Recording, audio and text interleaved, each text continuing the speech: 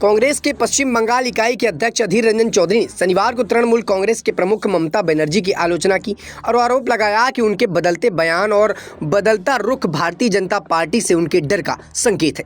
बता दें कि टीएमसी के द्वारा चौधरी को आगामी लोकसभा चुनाव के लिए पश्चिम बंगाल में दोनों पार्टियों के बीच एक असफल गठबंधन के लिए जिम्मेदार ठहराया गया।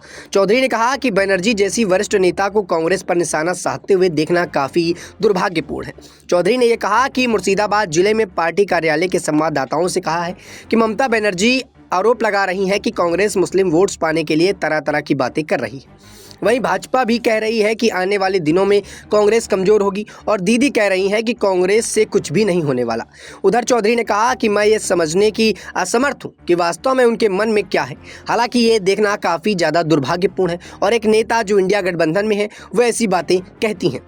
वहीं टीएमसी प्रमुख बनर्जी ने इसकी टिप्पणी पर प्रतिक्रिया करते हुए कहा कि उन्हें संदेह है कि कांग्रेस आगामी लोकसभा चुनाव में 40 सीट भी हासिल नहीं कर पाएगी। चौधरी ने कहा कि ऐसा लगता है कि ममता बनर्जी भाजपा से डर गई है और यही कारण है कि वो हर दिन अपना रुख बदल रही है। बनर्जी ने यह भी टिप्पणी कर कांग्रेस नेता राहुल गांधी के इस दावे के बाद आई थी जब पश्चिम बंगाल में सत्तारूढ़ टीएमसी के 60 सीट बंटवारे पर चर्चा चल रही और मामला सुलझा लिया गया। बता दें कि बनर्जी ने कांग्रेस की भारत जोड़ो न्याय यात्रा की भी आलोचना की जो पश्चिम बंगाल के 6 जिलों से होकर गुजरी।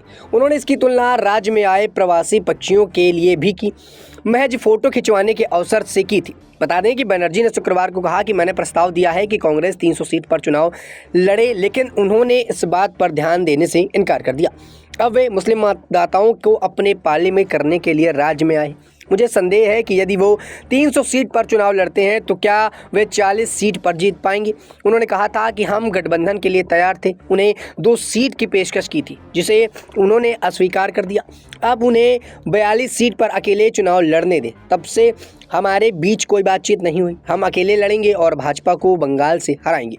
बनर्जी की ये टिप्पणी गांधी परिवार और बृहस्पतिवार रात बंगाल पश्चिम पार्टी के डिजिटल मीडिया योद्धाओं से बातचीत के दौरान सीट बंटवारे के गतिविरोध हल करने की आशा व्यक्त करने के लिए एक दिन पहले आई थी। और ऐसे में दर्शकों बता दें कि लगातार ममता बनर्जी अधीर रंजन चौधरी की जो विवाद है वो सुलझने का नाम ही ले ले। अधीर रंजन चौधरी ममता पर हमला बोलते हैं तो ममता बनर्जी अधीर रंजन पर बोलती है और इन दोनों के बीच के जो टकरार है उससे इंडिया गठबंधन कहीं ना कहीं टूटता हुआ नजर आ रहा है।